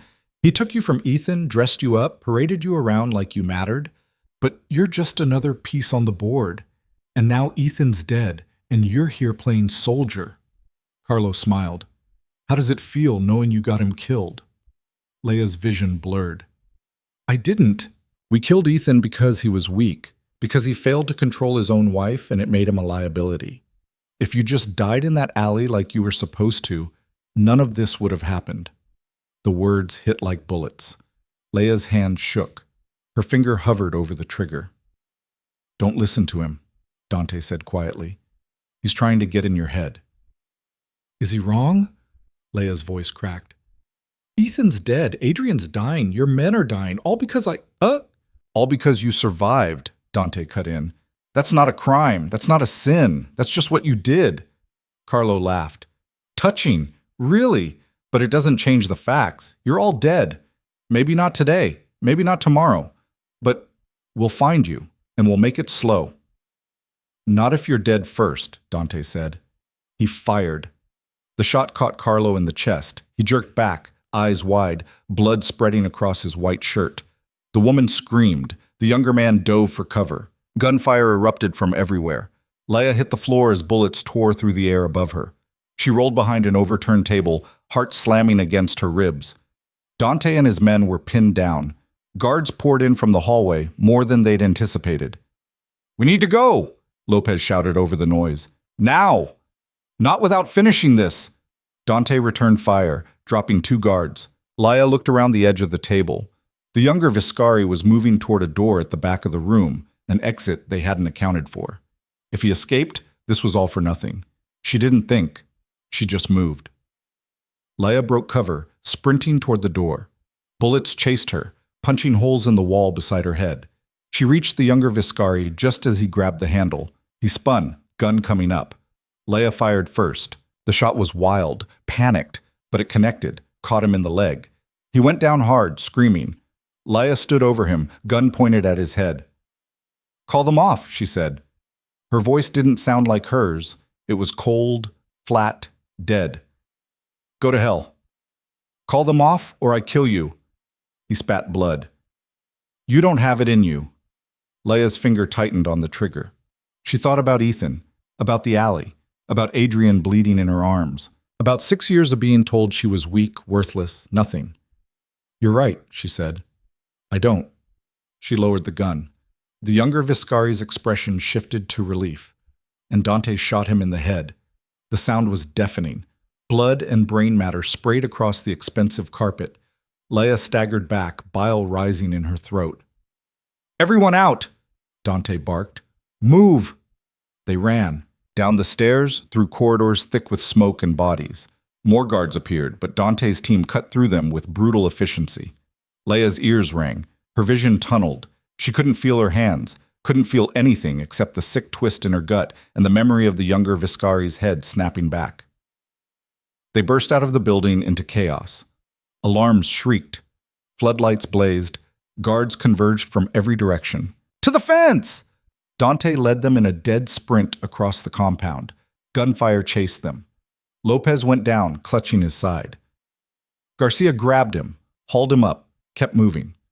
They reached the fence, scrambled through the gap they'd cut. The van was where they'd left it. They piled in, and the driver floored it. Leia sat in the back, gasping, shaking, blood on her hands. She didn't know if it was hers or someone else's. Dante was on the phone. It's done. Both leaders dead. But we're compromised. They know we're coming. Voice on the other end, too muffled for Leia to make out. Dante's jaw tightened. Understood. We're heading there now. He hung up. What's happening? Leia asked. The Viscaris had a contingency, a final play. Dante looked at her, and his expression made her blood freeze. They're moving on the cabin. Right now. Leia's heart stopped. Adrian. He's not alone. We left guards, but they're outnumbered. How long do we have? We're 30 minutes out. They're already there. Then drive faster! Leia's voice cracked into a scream. Drive faster! The driver pushed the van to its limits, tires screaming around corners. Every second felt like an eternity. Leia's mind raced. Adrian was still unconscious, still helpless. If the Viscaris got to him? No, she couldn't think about that. She checked her gun. 3 rounds left. She reloaded with shaking hands. When we get there, Dante said, you stay in the van until I clear it. No. Laius, I'm not staying in the van while he dies. I'm going in. You'll get killed. Then I get killed, but I'm not hiding. Dante stared at her. Then he nodded. Stay close to me. Do exactly what I say. And if I tell you to run, you run. Clear? Clear. The cabin appeared through the trees. Even from a distance, Leia could see the carnage. Bodies on the ground, smoke rising, windows shattered. The van screeched to a halt. Dante's team poured out, weapons raised. Leia followed, her heart in her throat. Gunfire still echoed from inside the cabin. They approached in formation, using trees for cover. Dante signaled, and they breached the front door. Inside was a war zone. Furniture overturned. Bullet holes in every wall. Blood everywhere. Dante's guards, the ones they'd left behind, were dead. All of them. And in the back bedroom, standing over Adrian's still form with a gun pressed to his head, was a man Leia didn't recognize. Tall, scarred, eyes like dead water. Drop your weapons, he said calmly, or I put a bullet in his brain. Dante froze. His men froze. Leia's hands trembled around her gun. The man smiled. Smart. Now kick them over. Don't. Adrian's voice rasped from the bed. Leia's breath caught. He was awake. Barely. His eyes were half open, glazed with pain and drugs. Stay quiet, the man said, pressing the gun harder against Adrian's temple. Leia, Adrian said. His gaze found hers across the room. Run. I'm not leaving you. Run. She's not going anywhere, the man said, because if she moves, you die. If any of you move, he dies. That's how this works. What do you want? Dante asked. My bosses are dead. That means I'm out of a job. But I'm a professional. I finish what I start. He looked at Leia. You killed them. So you're going to watch him die. Then I'm going to kill you. Then everyone else in this room. Leia's mind raced. Her gun was 3 feet away, kicked into the corner with the others. The man's finger was on the trigger. One wrong move and Adrian was dead. Please, she said. Don't. Begging. How predictable. I'll do anything. Just don't kill him. Anything? The man's smile widened. How about this? You pick up that gun in the corner. Put it to your own head and pull the trigger. You do that. I let him live. The room went silent. Leia's pulse roared in her ears. Leia, don't, Adrian said, struggling to sit up. The man shoved him back down. Stay still or I end this now. Leia looked at Adrian, at the man who'd pulled her out of an alley and given her a reason to fight. The man who'd taken a bullet protecting her. The man who'd seen her as more than just a victim. She looked at Dante, who was watching her with something like horror. Then she walked to the corner and picked up the gun. Leia, no! Adrian's voice was raw, desperate. She turned back to the man. You promise you'll let him live? I'm a professional. I keep my word. Don't believe him, Dante hissed. Leia raised the gun to her temple. Her hands were steady now, completely steady. I'm sorry, she said to Adrian, for all of this. Don't you dare! Adrian tried to get up, but his body wouldn't cooperate. Don't you fucking dare! I love you, Leia said, and she pulled the trigger. The click of an empty chamber echoed like a scream. The man's eyes widened in confusion. And in that half-second of distraction, Dante moved. He crossed the room in 2 strides, faster than Leia had ever seen anyone move. His hand closed around the man's wrist, twisting the gun away from Adrian's head. The gun fired. The bullet punched through the ceiling. Dante slammed the man against the wall, and they struggled, both fighting for control of the weapon. Leia scrambled for another gun, Lopez's, lying near his body. She grabbed it, turned. The man had broken free from Dante. His gun came up, aiming for Dante's chest. Leia fired. The shot caught the man in the side. He stumbled, but didn't fall. He turned the gun on her. She fired again, and again, and again, until the gun clicked empty and the man collapsed, blood pooling beneath him. Silence. Leia's arms dropped to her sides. The gun clattered to the floor. Dante was staring at her, chest heaving. Adrian was trying to speak, but no words came out. Leia walked to the bed, dropped to her knees beside it. "I'm sorry," she whispered. "I didn't know what else to do." Adrian's hand found hers. His grip was weak, but there. "You're insane," he said. His voice was hoarse, wrecked, completely insane. "I know. You could have died. But I didn't. The gun was empty. I didn't know that. I just needed him to think I'd do it." Adrian pulled her closer until their faces were inches apart. His eyes were fierce despite the pain. "Don't ever do that again." "I can't promise that." "Leia, you would have done the same for me." He didn't have an answer for that, because they both knew it was true. Dante cleared his throat. "We need to move. There could be more." "Can he travel?" Leia asked. "He'll have to." Dante looked at Adrian. "Can you walk?" "Not well, but I'll manage." They got him up, Leia on one side, Dante on the other. He was pale, sweating, but conscious. That was enough. They made it to the van, piled in. As they drove away from the cabin, Leia looked back at the bodies, the blood, the wreckage of what had been their sanctuary. "Is it over?" she asked. "The Viscaris are leaderless," Dante said. "Their organization will collapse within days, so yes. For now, it's over." Leia leaned back against the seat. Adrian's head rested on her shoulder. His breathing was labored, but steady. "Where are we going?" she asked. "Somewhere safe. Somewhere they'll never find us." Leia closed her eyes. She'd walked into hell. She'd killed. She'd been willing to die. And somehow, impossibly, she'd survived. But the woman who'd bled out in that alley was gone forever. In her place was someone harder, someone who knew what she was capable of, someone who'd chosen to fight back. And won. The safe house was a waterfront property 200 miles from the city, isolated, anonymous, the kind of place that existed on paper under 3 different shell companies, and in reality as a fortress disguised as a vacation rental. They arrived as dawn broke over the water, the sky bleeding pink and gold across waves that looked deceptively peaceful. Adrian could barely walk. Dante and Leia got him inside onto a couch in the main room. The doctor was already there. She'd been extracted from the cabin before the Viscaris hit, relocated here as a contingency. She examined Adrian with quick, efficient movements, then looked at Dante with an expression that made Leia's stomach drop. "He needs a hospital," she said. "That's not an option," Dante replied.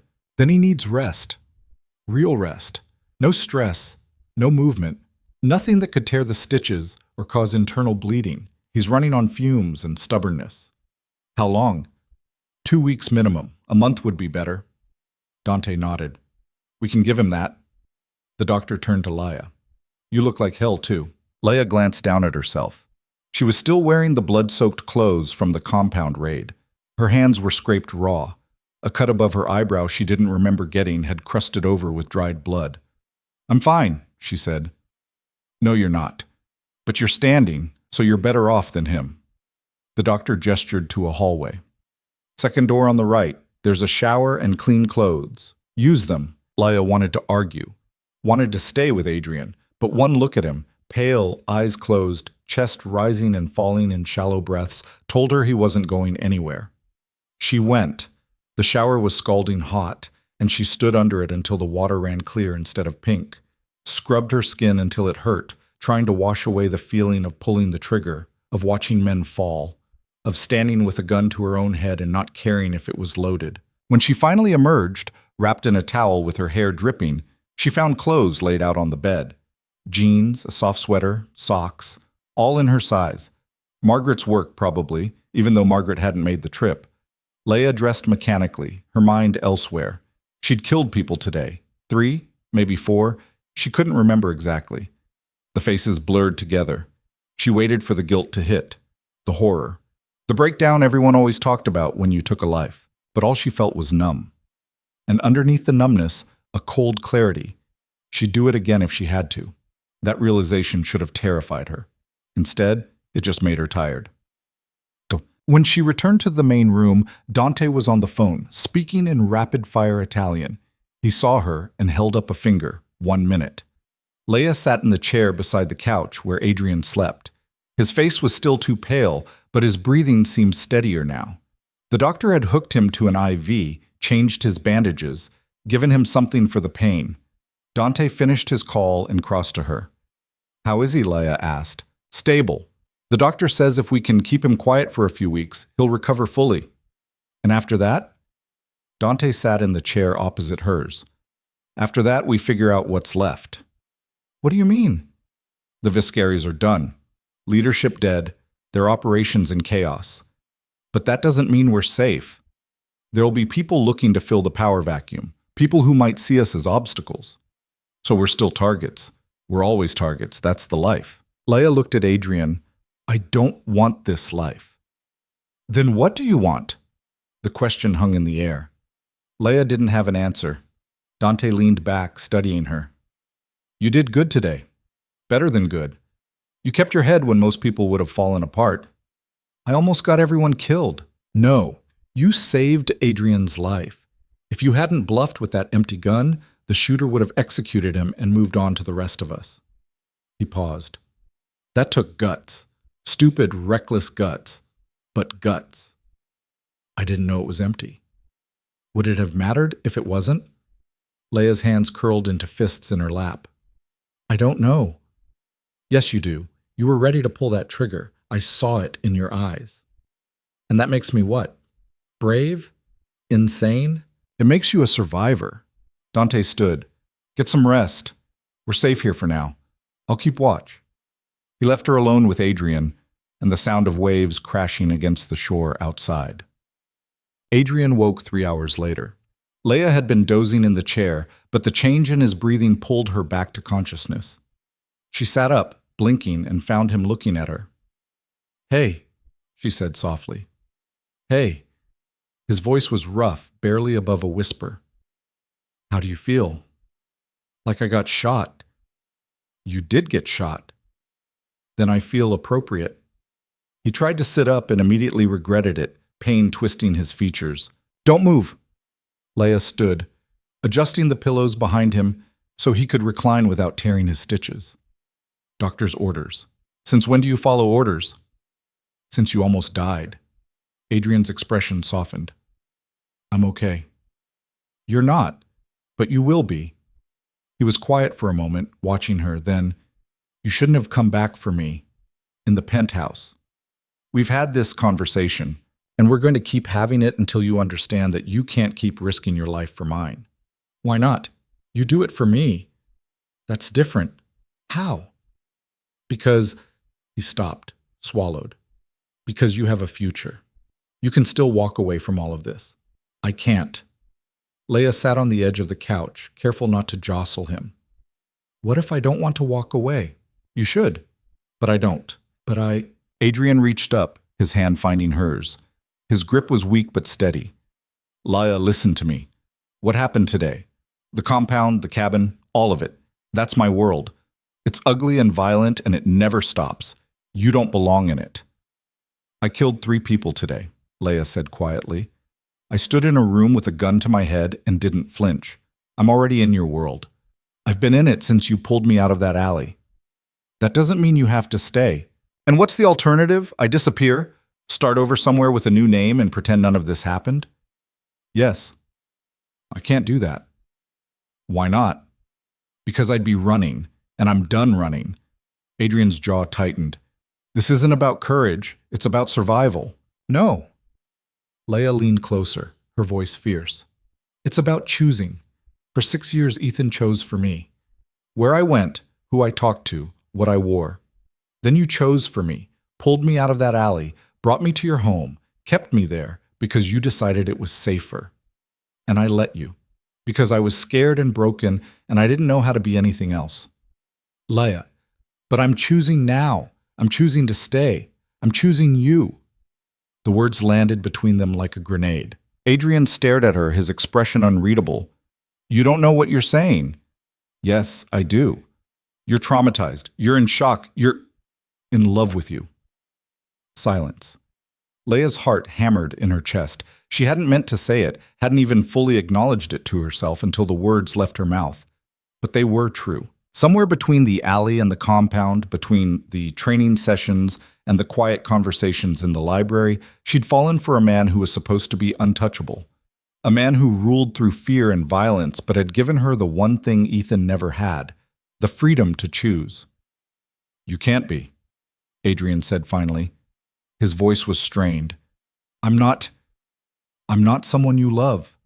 I'm a criminal, a killer. I've done things that would make you sick if you knew the details. I know enough." "No, you don't. You know the version of me that saved you. That's not all I am. I know you protected me when you didn't have to. I know you gave me a choice when I'd forgotten what that felt like. I know you took a bullet meant for me and would do it again." Leia's voice cracked. "I know you're not perfect, but neither am I. Not anymore." Adrian's hand tightened around hers. "You deserve better." "Maybe, but I don't want better. I want you." For a long moment, he just looked at her. Then he pulled her down, slowly, carefully, until her forehead rested against his. "You're going to regret this," he whispered. "Probably. I can't promise you safety, or normalcy, or anything resembling a normal life. I don't want normal. Normal got me beaten and left for dead." "Leia," she kissed him. It was gentle, tentative, tasting of salt and blood and survival. He kissed her back with a desperation that felt like drowning and breathing at the same time. When they finally broke apart, Adrian's eyes were bright. "I love you too," he said. "I have since the moment you told Ethan you weren't his anymore. Maybe before that. I don't know." Leia's throat tightened. "So what now?" "Now we heal. And then we figure out how to build something that isn't just survival." "Can we do that?" "I don't know, but I want to try." The weeks that followed were strange. The world outside continued to spin. The Viscari organization collapsed exactly as Dante had predicted. Infighting, arrests, assets seized. The city's criminal landscape shifted, new players emerging to fill the vacuum. But inside the safe house, time moved differently. Adrian healed slowly. The doctor visited daily, monitoring his progress, adjusting medications. Dante coordinated what was left of their operation remotely, managing the fallout and protecting their interests. And Leia learned what it meant to exist without fear. She woke without checking over her shoulder, ate without someone monitoring her portions, spoke without weighing every word for hidden consequences. It was disorienting, liberating, terrifying. Some days were harder than others. She'd wake from nightmares of the compound, of pulling the trigger, of blood spreading across expensive carpet. Adrian would hold her until the shaking stopped, never asking her to explain, just being there. Other days she felt almost normal. She'd sit on the deck watching the ocean, reading books from the house's extensive library, talking with Dante about everything and nothing. Marcus showed up in the third week, grinning when he saw her. "Heard you went to war," he said. Something like that. "How'd it feel?" Leia thought about it. "Like falling and then landing." Marcus nodded, like that made perfect sense. "You ready to train again? Is Adrian cleared for it?" "Not him. You." So they trained, not for combat this time, but for strength, for rebuilding what the last few months had torn down. Leia pushed herself until her muscles screamed, until sweat poured down her face, until she felt like herself again, whoever that self was now. On the 23rd day, Dante called a meeting. They gathered in the main room, Adrian still moving carefully but no longer bedbound, Leia, Dante, and Marcus. "We have a decision to make," Dante said. "The Viscaris are gone, but that's created opportunities. People are reaching out, wanting to negotiate. Some want alliances. Some want to buy our silence. Some want our territory." "What do you recommend?" Adrian asked. "I recommend we take the money and disappear. Liquidate everything, set up new identities, and start over somewhere they'll never find us." "Running," Leia said. "Strategic retreat," Dante corrected. "There's a difference." "What's the other option?" "We rebuild. We use the chaos to expand, consolidate power, become stronger than before. And spend the rest of our lives looking over our shoulders," Adrian said. "We already do that." Adrian looked at Leia. "What do you think?" She was surprised he was asking. "It's your empire." "It's our future. You get a vote." Leia considered. The old her, the one who'd bled out in that alley, would have begged to disappear, to run as far and fast as possible. But that woman was dead. I think, she said slowly, that running won't solve anything. There will always be someone new, someone who wants what we have or wants revenge for what we did. We can run forever, or we can make a stand. Making a stand means more violence, Dante said. More risk. Everything's a risk. At least this way we control it. Marcus grinned. I like her. Adrian was quiet, his expression thoughtful. Then he nodded. We rebuild, but we do it differently, smarter. We cut out the parts of the operation that made us vulnerable, consolidate the rest, and we make sure everyone knows that we're not to be touched. That's a declaration of war, Dante said. No, it's a declaration of strength. There's a difference. Over the next few days, they planned. Adrian reached out to old contacts, renegotiated deals, severed ties with anyone who'd shown even a hint of disloyalty. Dante coordinated logistics, moving people and resources like chess pieces on a board Leia was only beginning to understand. And Leia learned the business. Not because Adrian asked her to, but because she wanted to understand the world she'd chosen to live in. She sat in on meetings, asked questions, absorbed information like a sponge. She wasn't naive enough to think this was good work. It was criminal, dangerous, morally gray at best. But it was also honest in a way Ethan's world never had been. No one here pretended to be something they weren't. 6 weeks after the compound raid, Leia stood on the deck watching the sun set over the ocean. Adrian found her there, moving easier now, the limp almost gone. You okay? He asked. Just thinking? About? Everything. 6 months ago, I was dying in an alley. Now I'm here. Regrets? Leia turned to face him. Some, but not about this. Not about you. Adrian stepped closer, wrapping his arms around her. She leaned into him, feeling the solid warmth of his chest against her back. I got word today, he said quietly. Ethan's estate is being liquidated. Everything's being sold off to pay his debts. Leia's breath caught. And me?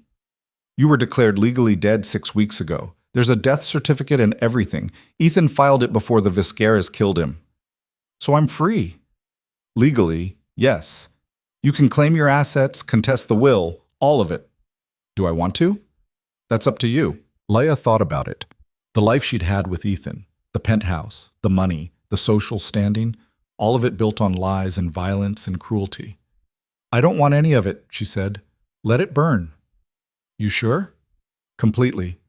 Adrian kissed the top of her head. Then it burns. They stood there as the sun sank lower, painting the sky in shades of fire. What happens now? Leia asked. We go back to the city. We rebuild. We make sure no one ever tries what the Viscaris did. And us? We figure it out as we go. That's not much of a plan. It's the only one I have. Leia turned in his arms, looking up at him. I'm scared. Of what? That this won't last. That something will happen and I'll lose you. You might. This life doesn't come with guarantees. That's not comforting. It's honest. Adrian's hand came up, cupping her face. But I can promise you this. I will fight like hell to make sure we have a future. Not just survival, not just getting through each day, but something worth having. And if we fail, then we fail together. Leia rose on her toes and kissed him. It was different from that first kiss in the safe house. Less desperate, more certain, like a promise she was finally ready to make. When they broke apart, Adrian smiled. It transformed his face, made him look younger, less burdened. I love you, he said. I love you too. Even knowing what I am? Especially knowing what you are. They returned to the city 2 weeks later. The estate had been compromised, so Adrian bought a new property, a penthouse downtown with security that would make a fortress jealous. Leia moved in without hesitation. It should have felt strange living with a man she'd known for less than 3 months, but it didn't. It felt like coming home. She kept training with Marcus, kept learning the business, kept becoming someone who could stand beside Adrian instead of behind him. Dante remained Adrian's second, but Leia found herself taking on responsibilities too, managing relationships with allies, sitting in on negotiations, making decisions that affected people's lives. It was terrifying, exhilarating, real. 3 months after they'd returned, Leia stood in a conference room across from a man who owed Adrian money. A lot of money. The man was trying to negotiate an extension, claiming hard times, making excuses. Leia listened politely. Then she leaned forward. "Here's what's going to happen," she said, her voice calm and cold. "You're going to pay what you owe by the end of the week, all of it. If you don't, we'll seize your assets and you'll walk away with nothing. And if you try to run, we'll find you, and it won't be pleasant." The man paled. "I need more time." "You've had time. Now you're out." He left, paid in full 3 days later. Dante, who'd been watching from the corner, shook his head. "You're getting good at this." "Is that a compliment?" "It's an observation," Leia smiled. "I'll take it." That night, she and Adrian lay in bed, tangled together, the city lights painting patterns on the ceiling. "Dante says I'm getting good at this," Leia said. "You are." "Does that scare you?" "Should it?" "I don't know. I'm not the woman you pulled out of that alley anymore." "No," Adrian agreed. "You're better." "Better?" "Stronger, sharper, more yourself." Leia turned to face him. "And if I become someone you don't recognize, then I'll get to know her and probably fall in love all over again." She laughed. "You're ridiculous." "I'm honest." "Same thing with you." He kissed her, slow and deep, and Leia felt something settle in her chest. Not peace. She'd never have that, not in this life, but something close. Certainty. She'd chosen this. Chosen him. Chosen to be someone who fought instead of ran. And for the first time in 6 years, she didn't regret a single choice she'd made. 6 months later, Leia stood in a graveyard. It was raining. Of course it was raining. The sky was gray, the ground soft and muddy. But she didn't mind. Ethan's grave was simple. No elaborate headstone, no flowery epitaph, just his name and dates. The estate had paid for it before everything was liquidated. Leia stood there for a long time, staring at the stone. She thought she'd feel something, closure maybe, or satisfaction, but all she felt was tired. "I'm not sorry you're dead," she said finally. "I'm sorry it took me so long to see what you were. I'm sorry I wasted 6 years trying to be what you wanted instead of who I was." The grave didn't answer. The rain kept falling. "I survived you," Leia continued, "and I survived everything that came after. I'm not the woman you married. I'm not the woman you tried to kill. I'm someone else now, someone stronger." She paused. "I hope wherever you are, you know that. I hope you know I won." She turned and walked away. Adrian was waiting by the car, umbrella in hand. He didn't ask what she'd said, just opened the door for her. As they drove away, Leia looked back one last time at the graveyard disappearing in the rain. Then she looked forward. 1 year after the alley, Leia sat in the library of their penthouse, reading. Outside, the city hummed with life, chaotic, dangerous, beautiful. Adrian walked in, phone in hand. "We have a problem," he said. Leia looked up. "What kind of problem?" "The kind that requires us to be smarter than everyone else." She set her book down and stood. "Then let's be smarter." He smiled. "You ready?" "Always." They walked out together, side by side, equals in a world that didn't forgive weakness. Leia had learned that the hard way. She'd learned that survival wasn't about avoiding pain. It was about walking through it and coming out the other side changed but unbroken. She'd learned that love wasn't about safety or comfort. It was about choosing someone even when it was hard, especially when it was hard. She'd learned that she was capable of things she'd never imagined. Violence, courage, sacrifice. And she'd learned that the woman who'd bled out in that alley was gone. In her place was Leia, no last name needed. Just Leia. A woman who'd traded one cage for freedom. A woman who'd found love in the last place she'd expected. A woman who'd walked through hell and decided to make it her home. Not because it was easy, but because it was hers. And that was enough. Bam! The rain had stopped. The city glittered below them, 1,000 lights in the darkness. Adrian took her hand.